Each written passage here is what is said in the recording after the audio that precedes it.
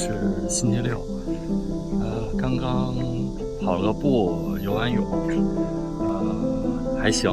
先跑步再游泳，感觉游泳的时候确实比较容易疲劳，不过中间吃了香蕉还好。